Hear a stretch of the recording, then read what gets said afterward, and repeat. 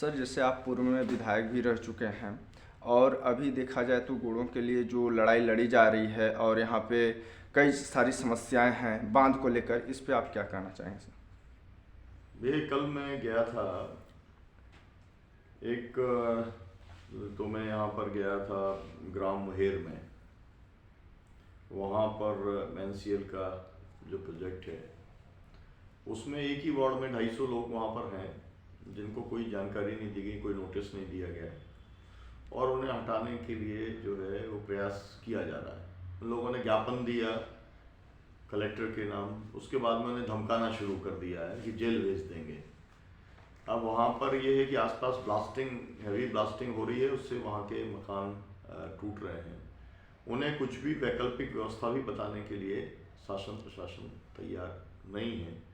मुझे लगता है कि उनके साथ में ये ज्यादती हो रही है। उन्होंने संकल्प बताया कि वो उस आंदोलन को वो तेज करेंगे। दूसरा, मैं यहाँ पर गया था जो बृहद गोंड परियोजना है, वहाँ पर 33 गांव के लोग इकट्ठा हुए थे और उनका 23 फरवरी से लगातार धरना वहाँ पर चल रहा है और हजारों की संख्या में कल वहाँ पर आदिवासी इकट्ठे हुए। उन्होंने संकल्प लिया कि जब तक वो बांध निरस्त नहीं होगा तब तक वो आंदोलन लगातार जारी रखेंगे।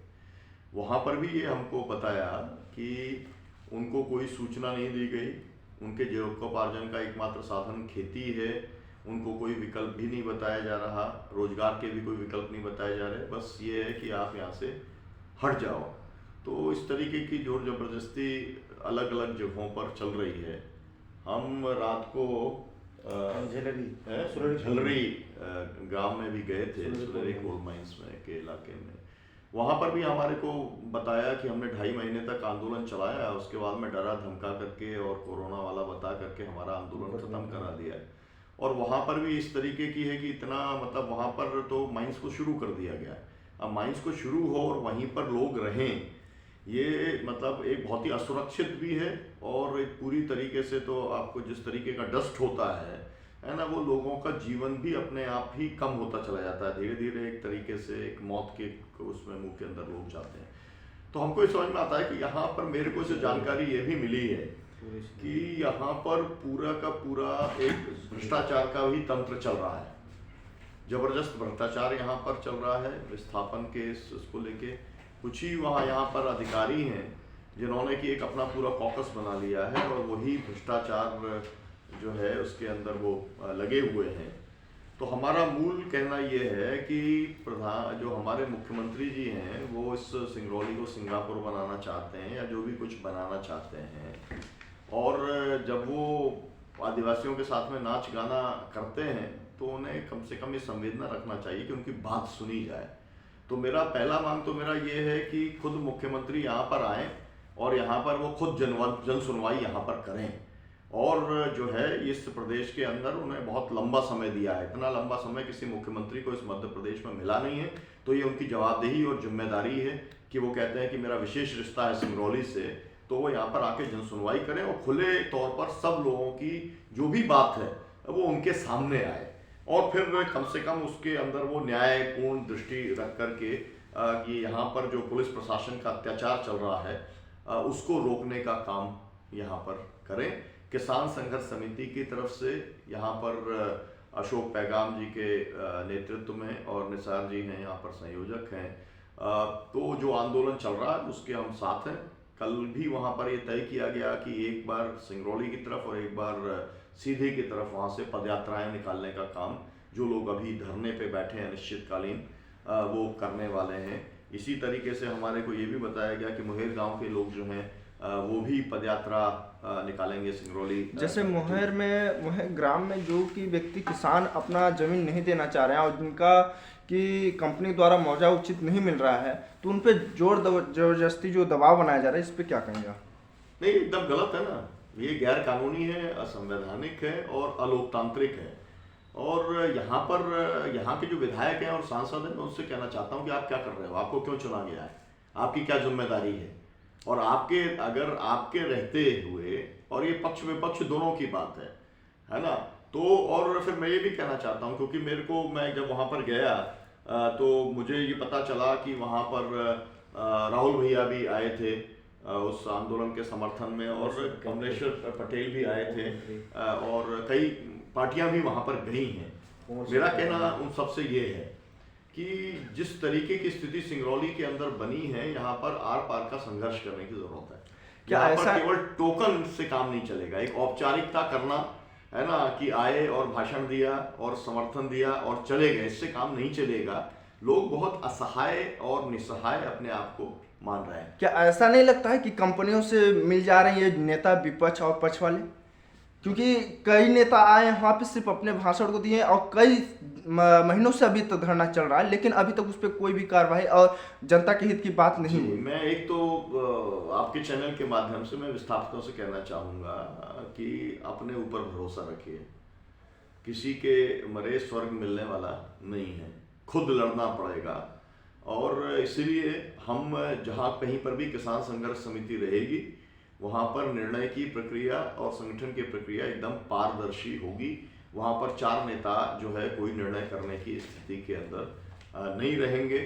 तो मुझे ये पक्का भरोसा है, जिस तरीके का 33 गांव के अंदर मैंने जो उत्साह वहाँ पर और जो संकल्प मैंने देखा है, मुझे लगता है कि वो संघर्ष आगे जाएगा। और जो इस तरीके से होता रहा है, तमाम सारी जो शिकायतें आई हैं कि लोगों ने कंप्रोमाइज़ कर लिया या बिक गए या जो भी कुछ कर लिया, ऐसा मुझे लगता है नहीं है कि वहाँ की लीडरशिप करने वाली है। नहीं, तो नेताओं में तो ये चीज़ साफ तौर से देखा जा रहा है, क्योंकि पक्ष विपक्ष दोनों नेता गए वहाँ पे, सिर्फ कुछ समय भाषण दिए, जनता के हित की बात किए, लेकिन अभी तक उन मुद्दों पर बात नहीं हुई, न तो उन पर गौर किया गया, उनकी समस्याओं को समाधान नहीं हुआ। तो क्या लगता है आपको इन नेताओं को? देखिए, एक तो बात यह है, पॉलिसी लेवल की बात है। पॉलिसी लेवल की बात यह है कि कॉरपोरेट को पूरे संसाधन सौंपना चाहती है सरकारें, ये ऑफिशियल पॉलिसी है। अब वो ऑफिशियल पॉलिसी जो है उसके अंदर फिर मान लीजिए भाजपा के ही विधायक सांसद हैं, तो उनसे क्या उम्मीद की जा सकती है जब उनकी पार्टी की पॉलिसी है, उनके सरकार की पॉलिसी है। तो लेकिन विपक्ष अगर है तो विपक्ष को ये कहना चाहिए, है ना, कि हम कॉरपोरेट जल संसाधनों के, है ना, जो भी प्राकृतिक संसाधनों के, हम कॉरपोरेट टेक ओवर के खिलाफ हैं। और हम जो है पब्लिक पार्टिसिपेशन के साथ में हम जो है काम करना चाहते हैं। तो उनको भी अपनी पॉलिसी के साथ में आना पड़ेगा। ये छुटपुट जो है, मतलब बीमारी जहां पर है, वो बीमारी ये है कि कॉरपोरेट जो है वो अपनी पूरी मतलब स्टेट मशीनरी को अपने रिप्रेशन के, अत्याचार के टूल के तौर पर इस्तेमाल करके वो आगे बढ़ना चाहता है और मैक्सिमम प्रॉफिट कमाना चाहता है। हमारा कहना ये है, प्रॉफिट तो मिलेगा, लेकिन उसके अंदर लोगों की भागीदारी और लोगों की हिस्सेदारी होनी चाहिए, ये मूल बात है। तो इसके अंदर पार्टियों को अपनी अपनी जो नीति है वो भी उन्हें स्पष्ट करनी चाहिए। और मेरा कहना ये है कि देखिए, मैंने बहुत सारी जगहों पर ये देखा है इस देश के अंदर कि असल विपक्ष जो है वो मीडिया है, पत्रकार है। और वो भी मैं इसमें भी मुझे कोई दिक्कत नहीं है कहने के अंदर कि जो मेन स्ट्रीम मीडिया है उसके अंदर ज़्यादातर लोग, जैसे हम लोग गोदी मीडिया कहते हैं, है ना, रवीश कुमार की भाषा के अंदर, उस स्थिति के अंदर है। वो कॉरपोरेट के खिलाफ में कुछ दिखाने के लिए तैयार नहीं है। मैं उनसे अपील करना चाहता हूँ कि आप चौथा स्तंभ है, आपकी जो है विशेष तौर पर जिम्मेदारी है। अगर विधायिका अपना काम नहीं कर रही है और कार्यपालिका उसके साथ में मिली हुई है, न्याय मिल नहीं रहा है, क्योंकि ये भी एक बहुत बड़ा सवाल है कि ऐसा क्यों हो रहा है कि पहले आप खदान खोल देंगे और बाद में विस्थापन की बात करेंगे।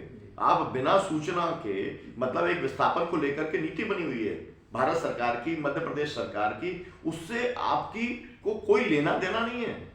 तो फिर न्यायपालिका क्या कर रही है, ये एक सवाल है। न्यायपालिका पर हम टिप्पणी नहीं कर सकते, इसलिए हम मीडिया से अपील जरूर कर सकते हैं कि आप ही यहाँ पर जो है लोगों को न्याय दिलाने के लिए, जो भी लोग संघर्ष कर रहे हैं, और हमने देखा भी है कि लोग साथ भी देते हैं, हर जगह पे देखते हैं। मेरा भी अपने जिंदगी भर का अनुभव आया, बहुत ही दमन हुआ, लेकिन मीडिया ने साथ दिया, वो आवाज़ लोगों के सामने रखी। हालांकि उनको सरकार से बहुत नुकसान भी झेलना पड़ा मीडिया के हमारे साथियों को, लेकर हम तो अपील ही कर सकते हैं। हमारा केवल एक और भी कहना है, हमारा सबसे कहना यह है, आंदोलन जब तक अहिंसक रहेगा तभी तक किसान संघर्ष समिति का उस आंदोलन को साथ रहेगा। ये हम बात बहुत स्पष्ट कर देते हैं, क्योंकि हमने अभी संयुक्त किसान मोर्चे का आंदोलन लड़ा, 380 दिन आंदोलन चलाया, हमारे 715 किसान जो है शहीद हुए, लेकिन हमने उसके अंदर जीत हासिल की। दुनिया के सबसे महाबली शासक जो है और अपने आप को सबसे बड़ी और सबसे बड़ी पैसे वाली पार्टी कहती है, हमने उसको जो है अपने 3 किसान विरोधी कानून वापस कराने के लिए हमने मजबूर किया।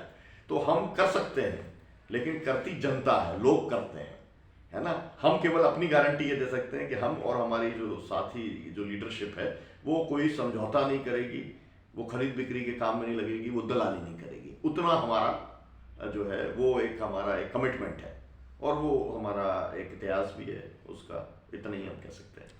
जो अभी धरने पे बैठे हुए हैं उन्हें आप क्या संदेश देना चाहेंगे कि आगे की लड़ाई कैसी होगी, रणनीति? संदेश तो हम वहाँ पर दे करके आए हैं और उन्होंने जो संकल्प लिया है उस संकल्प के साथ में हम हैं। और जो है बराबर लगातार जब भी हमारे को हमारी जो जिला की इकाई है अशोक सिंह पैगाम जी जिसके अध्यक्ष हैं, जब भी कहा जाएगा तब भी हम यहाँ पर उपलब्ध रहेंगे। हमारे और भी प्रदेश के जो साथी हैं, रीवा के साथी हैं और अन्य आसपास के ज़िलों के जो साथी हैं वो भी इस आंदोलन में सहयोग करेंगे। मैं ये भी कोशिश करूँगा कि हमारे जो अन्य ट्रेड यूनियन के साथी हैं जिनके साथ में मिलकर के हम लोग काम करते हैं संयुक्त किसान मोर्चे में, अभी एक अपील भी आपके इस चैनल के माध्यम से मैं करना चाहता हूँ। 28-29 तारीख को एक राष्ट्रीय हड़ताल है और वो हड़ताल का समर्थन संयुक्त किसान मोर्चा भी कर रहा है और किसान संघर्ष समिति भी कर रही है। हम ये कहना चाहते हैं कि वो कॉरपोरेट से जुड़ा हुआ मामला है कि कॉरपोरेट जो है उसके मुनाफे को अधिकतम करने के लिए सरकार ने 4 लेबर कोड लाए हैं जो लंबे समय से 150 सालों से जो श्रमिक अधिकार प्राप्त हुए थे उनको ख़त्म किया है और बड़े पैमाने पर निजीकरण किया जा रहा है। इसके खिलाफ में ये ट्रेड यूनियंस पूरे देश के 2 दिन की राष्ट्रीय हड़ताल कर रहे हैं। हम उसके समर्थन में हैं। हम ये अपील करना चाहेंगे कि लोग उस हड़ताल का वो साथ दें।